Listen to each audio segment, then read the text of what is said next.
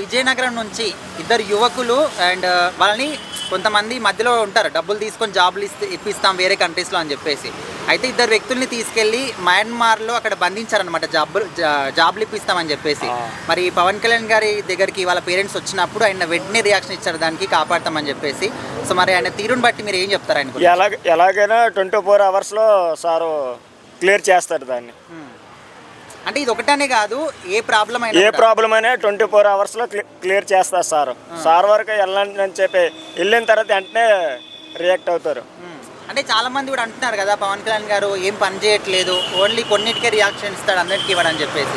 So అట్లాంటి వాళ్ళకి ఏం చెప్తారు? 500 నోటు నలిగినంత మాత్రం వాల్యూ తగ్గిపోదన్న.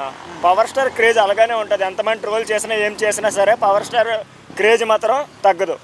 అంటే మధ్యలో ఎందుకు ఆయన మీద ఇట్లా అలిగేషన్స్ కావచ్చు, నెగిటివ్గా ఎందుకు అంటున్నారు అనుకోవచ్చు ఆయన గురించి? పడప్పునే నేను అంటారన్న, అన్నంత మాత్రాన కొండకు మొరిగితే కుక్కకు సేటా చెప్పు, కొండకు సేటా కుక్కలు మొరిగితే కుక్కలు అలాగే అరుస్తాయి. మరి ఇప్పుడు ఏపీలో ప్రాబ్లమ్స్ అన్నింటినీ కూడా, లేకపోతే హామీలు కావచ్చు, పవన్ కళ్యాణ్ గారు 100% ఇస్తున్నారంటారా? 100% ఇస్తున్నారు అన్న. అంటే ఇచ్చిన హామీలు కూడా ఇంకేమీ అమల్లోకి వస్తలేవని కూడా కొంతమంది అంటున్నారు. అన్నీ వచ్చాయి అన్న. అప్పుడు జగన్మోహన్ రెడ్డి పెట్టారు, ఒక పాపకే ఇచ్చారు అమ్మఒడి. ఇప్పుడు పవన్ కళ్యాణ్ సారు ఎంతమంది పిల్లలు ఉంటే అంతమంది పిల్లలకి. ఓకే, మరి అందులో కూడా 2000 కట్ చేసి ఇస్తున్నారు అంటున్నారు. 15లో 2000 కట్ చేసి 13,000 ఇస్తున్నారు. 13,000 అందరు పిల్లలకి ఇస్తున్నారు అన్న. అలా అప్పుడు వాళ్ళు చేసినలాగా ఒక్కరికే ఇవ్వలేదు కదా. Okay, thank you.